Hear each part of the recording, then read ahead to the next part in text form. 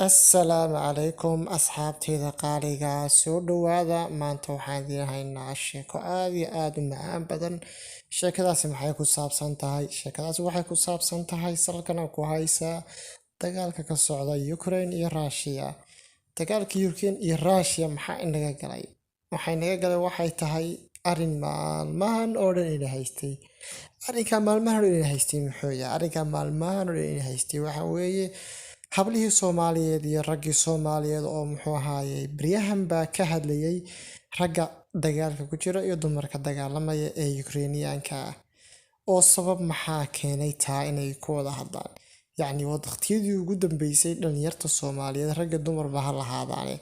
kalaasig aad u weyn baa u kala dhexeeyay waayo marba meel ama meel colaadi ka dhacday ama meel hablo shidan lagu tilmaamay ama rag shidan lagu tilmaamay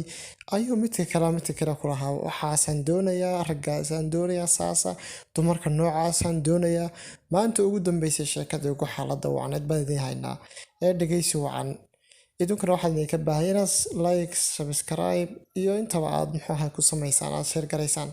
barnaamijkan inaad share garaysaan aad meelo fogna gaarsiisaan. Saaxiibayaal maanta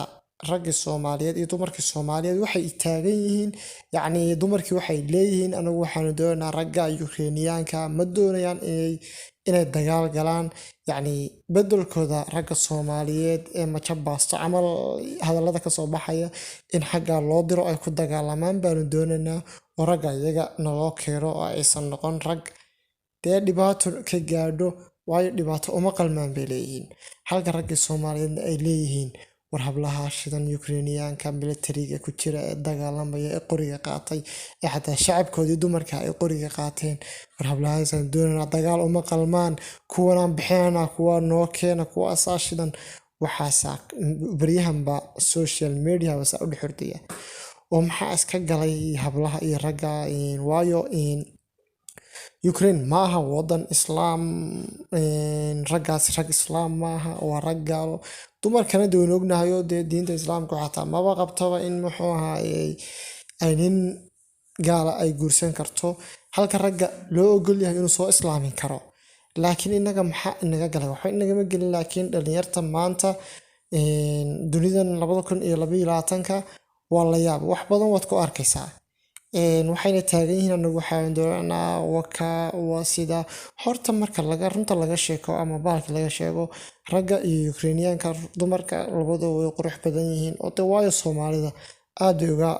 qurux badan yihiin cadaan dumarka iyo ragga Soomaaliyeedna midabka cad baa la daba dhigo saa loo daba ordayaa Soomaad garan marka taasaa keenaysa in laba ilaawaba midabkii quruxda badnaa iyo dee dhalaalkii quruxda badnaa iyo midabka in ummadu dhanba isku haysatoba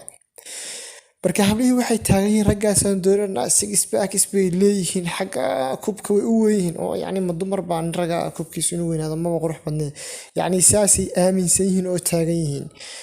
Laakiin markaad eegtidba xataa Soomaali oo dhan rag iyo dumar majabaasta waa la wada leeyahay dumarkii waa arkaysaa mid xiita ku soconaysa raggii waa la mid oo raggu iyagu mid dhifaa deerka kubka u weyn laakiin intooda kale waa aynu ognahay marka hadii wixii horta la isku caraabiyo maaha yacni Soomaali oo dhan baa majabaasta oo yacni rag iyo dumar waa fir waxaanu u leenahay marka dumarkaasina horta waa dumar qurux badan maasha Allah de shidnaanta inkastaysan dee asturnaysan dee qurux badnayn ay dee maaragtay walaxoodii banaanka taalo marka horta waxaan leenahay niyo Soomaaliyey aynu isku tanaasulno rag iyo dumarow aynu dhexaad iskugu nimaadno yacni labadanima xidxiitooyin waynu nahay aynu xidxiitooyinkeena iyo dee ciyaal xidxiitooyin wata aynu dhalno taa mid dhaamo ma hayne arkata kale waxaan leeyahay waragow iimaankiina qabow dumarkiina iyo dee dadkiina isku afkayo isku bahalka tihiin dee iskala joogo waqtigiina la qaata halkii aad muxuu ahaay geli lahaydeen howlo iyo baalkii u dhawaa. Assalaamu calaykum barnaamijka share gareeya like ta share ta subscribe ta bilaato.